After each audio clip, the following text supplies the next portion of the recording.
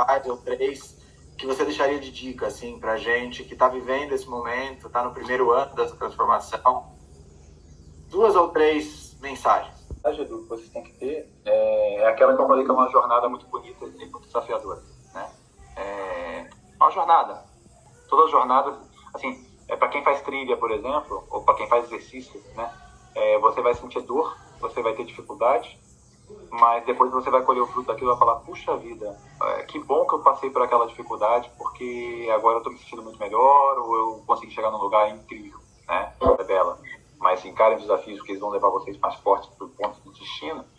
Eu acho que uma segunda mensagem importante para todo mundo que trabalha em ágil é realmente ter muito foco nos indicadores, né? Às vezes o time se perde. Então, às vezes o time começa a ver tantas possibilidades de soluções bacanas que ela se perde durante o sprint no objetivo que tem que cumprir. Tem um terceiro recado, que é uma coisa que a gente fez pouco na Vivo. Vocês têm que trabalhar para matar as squads. Né? Você fala assim, mas como assim? Se o squad for bem feito, ele vai pegar aquele conjunto de jornadas que vai estar no backlog que tem que ser trabalhado. Em algum momento esse backlog vai acabar e você dissolve aquele squad e cria com as mesmas pessoas um squad novo com um outro backlog novo que vai trabalhar até matar ele e vai matando, entendeu? Esse ritual de criar e matar squad é um ritual que a gente acabou não fazendo lá na época, por várias questões, mas que eu acho que é uma boa dica, acho que deveria ser feito, porque isso ajuda a fazer com que as equipes tenham esse foco na destruição criativa e nova proposição de valor o tempo todo. Né? Um pouco de como eu estou enxergando as tendências para o futuro, mas também bastante sobre o que eu vivenciei ainda quando executivo da Vivo. Hoje eu não faço mais parte do quadro, no tema da nosso bate-papo. Né? Na sequência, eu falo um pouquinho das minhas experiências como executivo da Vivo, na época que eu estava lá, e por fim a gente faz uma conclusão, um encerramento e abre para a sessão de perguntas e respostas. Realmente, essas gerações não tinham passado por isso. Eu acho que, por sorte, a gente tem tecnologia que nos conecta e tem um conjunto de filosofias, sentimentos, aspirações, motivações, enfim, movimentos de sociedade que estão acontecendo. Então, e de fato, quando a gente olha para a expressão que ela está vivenciando e da forma como ela está, a postura corporal, a impressão que nos traz é de profunda solidão. Né? Porque isso também tem afligido grande parte dos executivos que estão buscando essa transformação em suas carreiras e nas suas organizações. São tantas as possibilidades, são tantas as respostas, são tantas as incertezas que a gente muitas vezes se sente extremamente solidário. Como esse pessoal aí que está fazendo uma prova de resistência, né? Estão esfregando na lama, cabeça abaixada, porque senão bate no arame farpado, ali na frente vai tomar choque, ameaçando chover em cima deles, e todo mundo se esforçando e sabendo que tem que chegar lá no final, e não estão nem pensando muito, estão executando, porque se parar para pensar, fica preso na lama e não consegue sair dessa situação para poder pegar ares novos, né? Esse é um outro sentimento que tem surgido com muita frequência, que é essa questão da digitalização acelerada do mundo. E tem muita gente que está realmente vivenciando pela primeira vez essa integração absoluta entre trabalho e casa, vida pessoal e vida profissional, porque as coisas não estão mais separadas, porque o digital também fez com que elas estivessem integradas. Eu costumo dizer que emprego vai ter cada vez menos e trabalho vai ter cada vez mais, e não é à toa que tantos estão dizendo que em home office a gente trabalha mais. Não só nós somos mais produtivos em geral, muita gente não consegue, mas também trabalhamos mais porque a tecnologia possibilita que façamos mais com o mesmo tempo. A mesma tecnologia que nos permite falar aqui, né, e estar agora ao vivo, conversando em qualquer lugar do mundo, ela permite a produção descentralizada, ela permite o advento de centenas de milhares de startups, com pessoas que estão empreendendo, tentando descobrir formas de disruptar negócios, transformar organizações, transformar cadeias de valor. Você tem a era da hiperconexão, é impressionante o quanto todos estamos conectados, ainda que estejamos distantes, né? Você tem o advento da inteligência artificial, porque para um público pleno de estatísticos é fácil de falar sobre isso, social e diversidade e inclusão. Nunca foram tão fortes, e não porque elas não existissem, mas porque as redes sociais permitem que as pessoas de minorias, ou que tenham causas e propósitos em comum, se encontrem e interajam em tempo real de uma maneira que até então não existia. Isso tem feito com que a própria sociedade tenha vivido movimentos de transformação ao longo da última década, desde revoluções, né, que ocorreu, por exemplo, na Tunísia, que foi o primeiro país que isso aconteceu, até todas as questões aí associadas aos movimentos do Black Lives Matter e outros movimentos correlatos. Porque vai ser tudo personalizado, exames individualizados, sensores do nosso corpo, roupas vestíveis que vão dizer antes que a gente saiba, a gente está com uma doença ou não. E acho que aqui tem um big business, inclusive para a própria ClearSale, porque realmente é uma grande oportunidade, né, para as pessoas vivendo mais tempo elas não só estão tendo que aprender a refazer suas carreiras e a viver melhor, de uma forma ou de outra, com mais saudabilidade, mas também a cuidar melhor da sua saúde, para que isso não seja uma jornada muito longa e muito dolorosa. Cada vez mais procurando soluções de bem-estar, cada vez mais procurando novas formas de trabalho de carreira, buscando a tal propósito, esse tipo de palavra, o consumo sendo compartilhado. Então você vê grandes redes colaborativas e o movimento acelerado pela pandemia de menos consumismo e de tentar fazer com que a gente use os recursos ao nosso dispor de uma maneira mais sustentável, dividida entre diferentes pessoas, numa economia em rede. E tudo isso que eu estou falando aqui é muito importante ter como pano de fundo para a sequência da nossa apresentação e para a parte de perguntas e respostas, porque não existiria a cultura ágil em um mundo que estivesse vivendo um momento diferente. Então, também a cultura ágil, a implementação das células ágeis, a implementação da metodologia, sobre a qual foi tão falado essa semana, de técnicas, de detalhes, de aplicação prática, de desafios, tudo isso só existe hoje, só é assunto de qualquer quadro executivo sério, nesse momento, porque o mundo, esse mundo que nós estamos falando aqui, com algumas outras características, eu vou mostrar na sequência rapidamente, exige novas formas de gestão mais alinhadas com esses novos tempos. Tá? Um mundo ambíguo. E a única maneira de se resolver isso é trabalhando competências de liderança, sobre as quais eu vou elaborar na sequência, que possibilitem que a gente seja mais assertivo, menos erro, mais geração de valor, trabalhando com conhecimento compartilhado. E isso tem muito a ver com o mindset do ágil. E tem expectativas que são muito diferentes. Eu costumo dizer que na hora que o Uber foi lançado, isso foi um grave problema para todas as organizações. Né? Eu usava esse paradigma na minha própria experiência na Vivo. A gente tinha acabado de lançar um aplicativo, a gente nem tinha aplicativo quando eu entrei lá. Né? O Edu falou um pouquinho dos números hoje do aplicativo, que é um grande sucesso, é um dos top 50 mais presentes na tela dos consumidores no Brasil, segundo a Mobile Time. E naquela ocasião, o que eu falava muito para as equipes que estavam trabalhando nas células que depois se tornaram ágeis, que até então também não conhecíamos do Agile, era que na hora que o usuário qualquer entra no aplicativo do Uber, dá a avaliação da experiência em estrelinha, em 3 ou 4 cliques faz uma transação, todas as empresas que tinham um aplicativo, fossem elas nascidas digitais, empresas migrantes digitais, empresas tradicionais, iam ter da perspectiva do cliente a mesma expectativa, que elas entregassem uma solução tão simples, tão ágil, tão rápida, tão eficiente quanto aquela que o Uber fazia. Então as empresas digitais mudaram completamente a percepção de valor do consumidor, né? E onde iam vender seus produtos e como, com que preço, qual o nível de informação que iam decidir abrir ou não através de uma campanha de TV aberta, ou de mídia impressa, ou enfim, uma oferta de trade no ponto de venda. E agora não, o digital ele trouxe todo o poder das marcas para a mão do consumidor, e não é o nosso tema aqui, mas vocês vão te convir que, por exemplo, gestão de crise em redes sociais é um grande tema nos dias atuais, coisa que há 10 anos atrás seria impensável. Né? Muitos que não sobreviveram, ou outros estabelecimentos, seja as grandes organizações que são líderes em faturamento nesse país, ou grandes multinacionais, todas estão vivenciando uma transformação radical nas infinitas dimensões em que atuam. Então, nesse contexto é que a gente tem que falar de ágil. Né? Por que o ágil?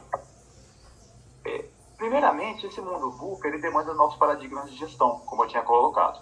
Né? E quais são os paradigmas de gestão que têm que ser trabalhados para que a gente possa ter mais eficiência de negócio? Então, no caso da volatilidade, por exemplo, a gente sabe que as coisas vão mudar ao longo do caminho, mas a gente tem que ter uma meta, um propósito, um objetivo, resultados esperados muito bem definidos.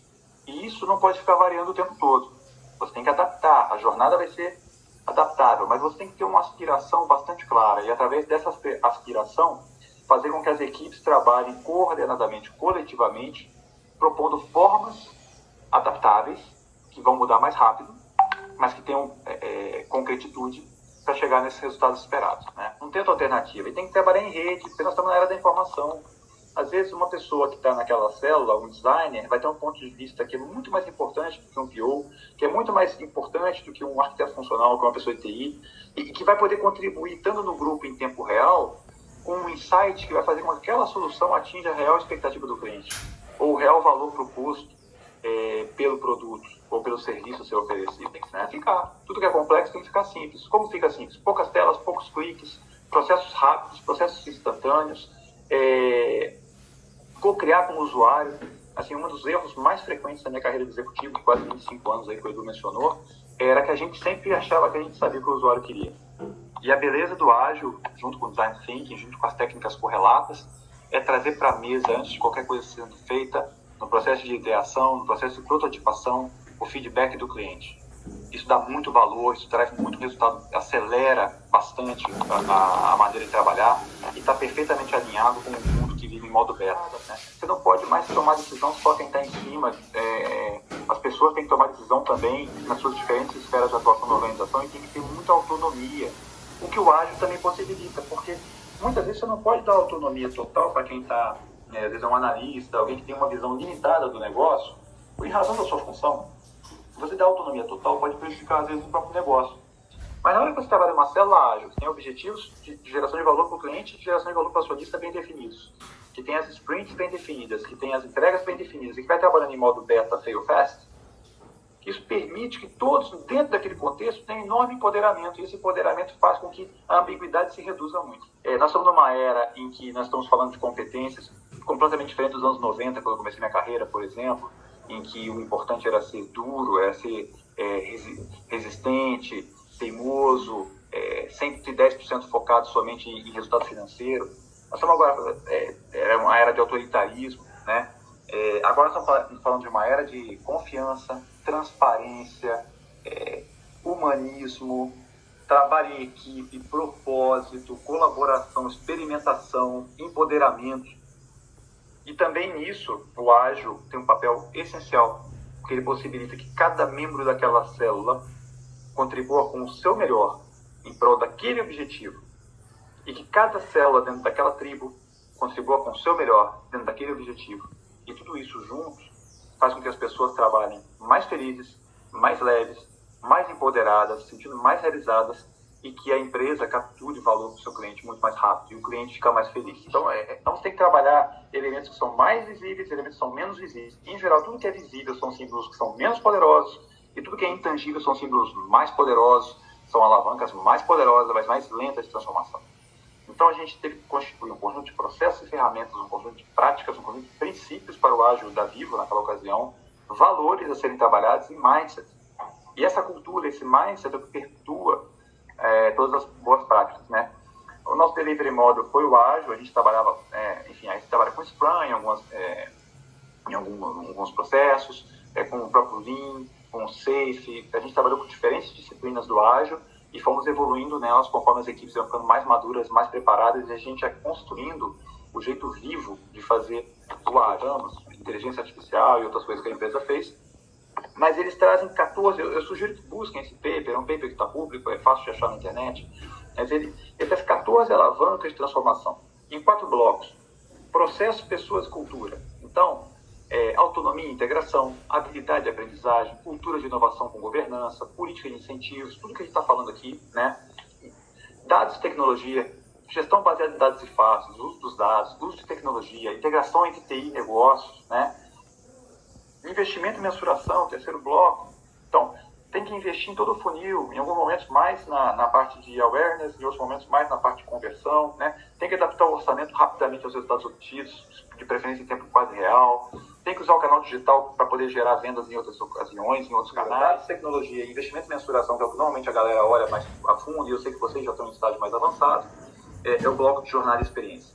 Qual conteúdo vai ser dado aos clientes, usuários, qual a usabilidade desse conteúdo, qual a performance que é obtida através deles, porque não adianta você ter excelente conteúdo, excelente usabilidade, se, por exemplo, a página carrega lenta ou o aplicativo trava, você não consegue logar. E por que o ágil? Eu fiz o preâmbulo necessário para poder comentar de como foi a vivência que eu tive como executivo na época que eu tive na Vivo. Foi um orgulho ter feito parte dessa organização e foi um privilégio ter tido a possibilidade de liderar esse projeto que tocou para melhorar a vida de tanta gente, principalmente dos nossos clientes. É incrível, é mais bonito do que essa foto. Ver as equipes sendo transformadas, vocês estão há um ano nessa jornada aí na ClearSale. Eu acho, uma pergunta que eu fazia para as equipes, que eu não sei se vocês já fizeram aí, mas é uma pergunta que eu recomendo. Todas as pessoas que trabalhavam no método tradicional de delivery, né, seja cascata para quem era da área técnica, seja de especificação funcional para quem era da área de negócio, mas depois que passavam por uma célula ágil, todas as pessoas que viviam essa experiência, a gente perguntava se elas gostariam de voltar a trabalhar a metodologia antiga. E eu não tive uma resposta, eram mais de 1.000 pessoas, eu não tive uma resposta que queria voltar do jeito anterior. Por onde começar? Então, tem que ter um plano de ação.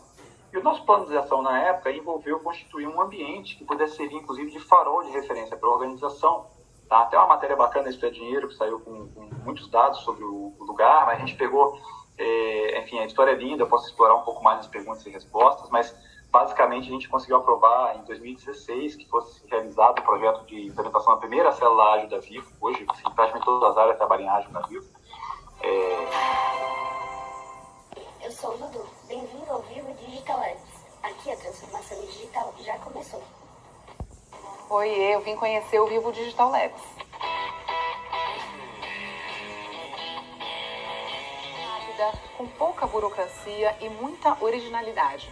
Esse aqui é um dos squads ou esquadrões, que tem como foco dar mais autonomia às equipes, sempre em busca de melhorar a experiência do cliente. E aqui no Vivo Digital Labs, isso significa testar todos os serviços e produtos antes mesmo de eles serem lançados no mercado.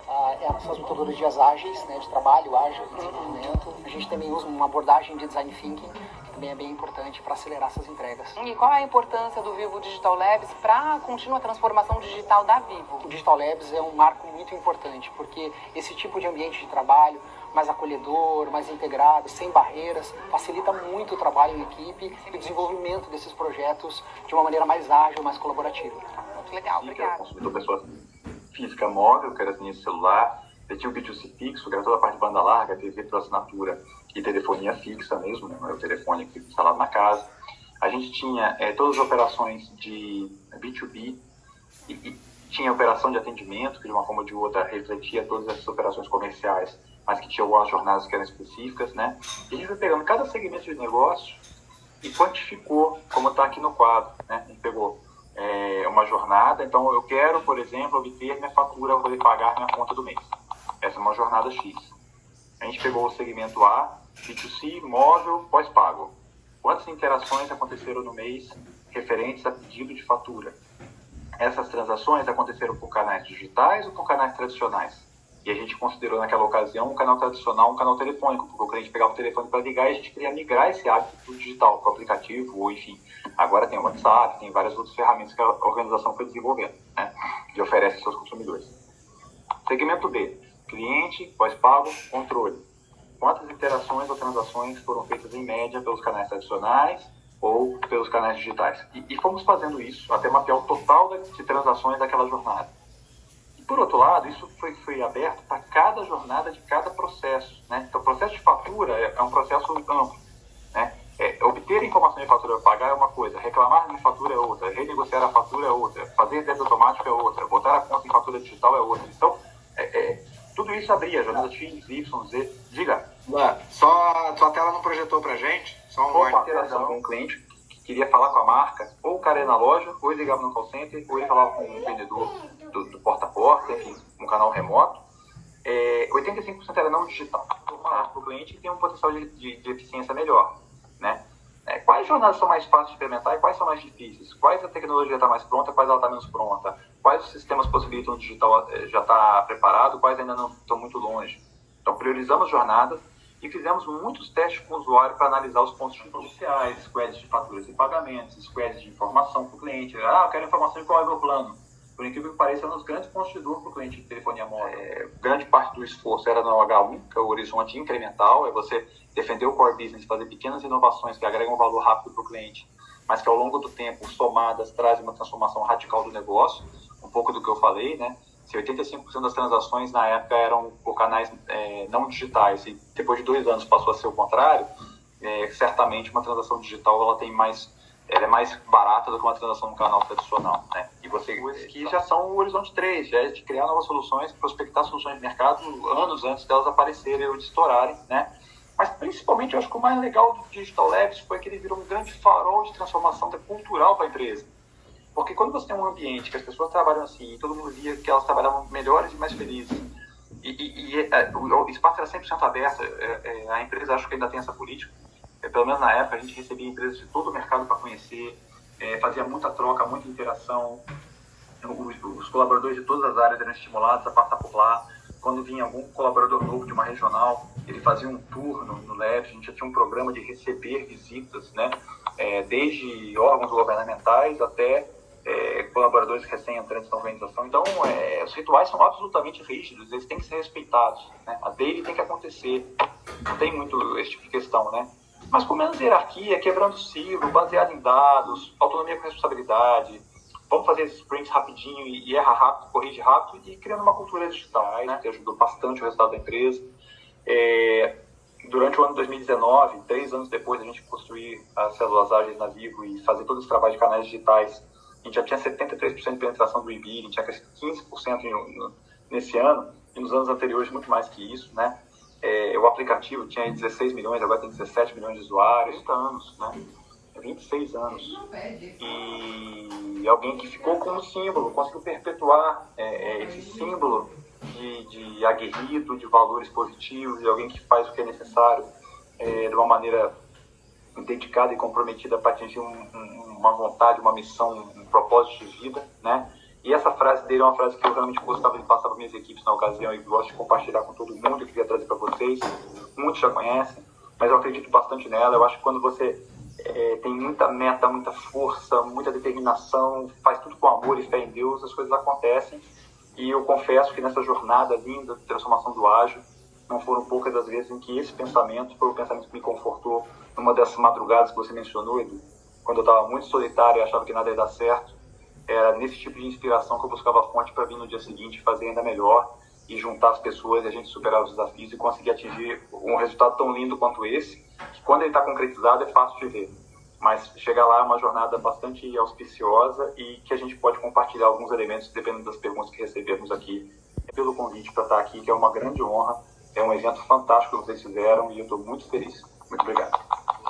De onde vem a maior força de resistência normalmente para um processo desse? Inclusive uma coisa que eu não mencionei ao longo da apresentação, mas eu faço questão de deixar aqui formalizado, é que tudo isso só pode ser feito porque eu tive gestores, que inclusive o atual presidente da organização, que é o Christian, que apoiaram o projeto e deixaram que ele acontecesse. Enfim, possibilitaram que a gente tivesse recurso e inspiração necessária para fazer acontecer. Então, eu diria que a primeira decisão que tem que ser tomada, Edu, para romper a resistência, você tem que ter apoio do presidente da organização. Não é do vice-presidente A, do vice-presidente B, do conselho, você tem que ter apoio do presidente, porque a transformação digital é um tema. Hoje está mais fácil de ver com a pandemia, né? Mas, por incrível que pareça, tem diversos varejistas de grandíssimo porte que não tinham nenhum e-commerce em março. Em 2020, não estou falando de 2000, no ano 2020, o cara não tinha e-commerce, né?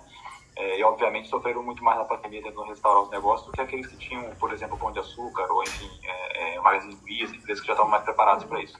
O uso que tem que ser apoiado, tem que apoiar, mas tem questões que são tão profundas de transformação que exigem uma decisão final de quem manda na empresa, né? Em paralelo, você tem que fazer a transformação bottom-up. Então, existe uma camada, e acho que aí foi o meu grande mérito, existe uma camada intermediária no nível gerencial, diretoria, que tem que trabalhar nessa transição entre ter o apoio da visão da organização, mas que a organização só fala assim, faça, me traga o resultado, me prove por que funciona ou por que não funciona, enfim, diga como, né? Mas a galera que está embaixo fazendo está naquela motivação e tudo mais, mas ela muitas vezes não entende a necessidade do negócio representada pelo comitê executivo.